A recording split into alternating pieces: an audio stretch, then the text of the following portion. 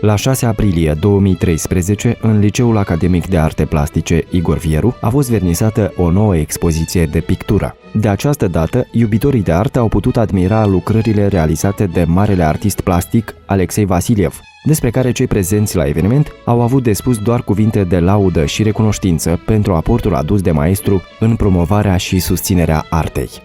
Este un plastician care a indus culoarea curat în limbajul impresioniștilor, dar urmând tradițiile artei ruse, este un peisajist nepereche. Pe lângă faptul că era un extraordinar artist plastic, dânsul a fost și un foarte activ element social. Dânsul a pus temelia învățământului artistic în Moldova. A fost unul din primii conducători a Uniunii Artiștilor Plastice. Pe urmă, dânsul iarăși a fost și ctitorul Muzeului Național de Artă Plastică actual. El reprezintă reușitele și culmele artei plastice autohtone din anii 60-70, parțial 80 a secolului trecut. Și noi suntem foarte recunoscători pentru faptul că el a poposit și a activat prin părțile noastre. Pe simeze au fost etalate câteva dintre cele mai reprezentative picturi ale maestrului, care au ajuns aici datorită colaborării reciproc avantajoase cu fiul acestuia, Ярослав Васильев. На этих картинах мы видим различные направления или различные периоды работы художника Васильева. Здесь есть, прежде всего, здесь представлена Молдавия, этюды Молдавии. Но у него есть несколько прекрасных серий, посвященных Крыму, Африке и Китаю. Эти картины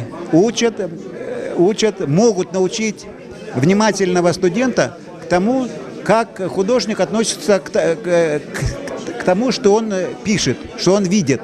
Вот отец видел очень всегда, когда он выезжал на этюды, он любовался. Он говорил, что нельзя написать хорошую картину, не любя природу. И я думаю, что внимательный студент это должен заметить.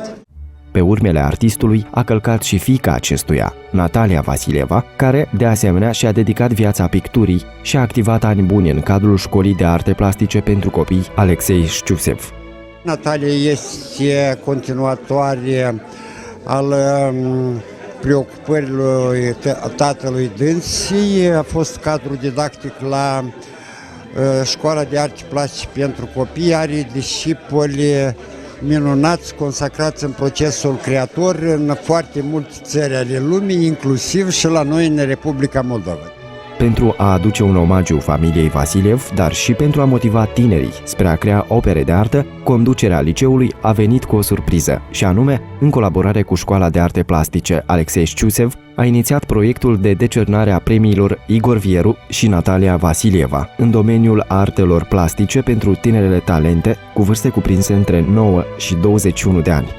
Această idee de a organiza concursul închinat Natalia Alexeev și marelui maestru Igor Vieru a venit concomitent, zic, și de la fiul artistului, domnul Ярослав Vasiliev, și de la conducerea liceului Igor Vieru. Deci premiul Natalia Alexeev va fi patronat de Școala de Arte Șciusev, în frunte cu domnul Victor Kuzmenko, iar premiul Igor Vieru va fi decernat de conducerea acestui liceu.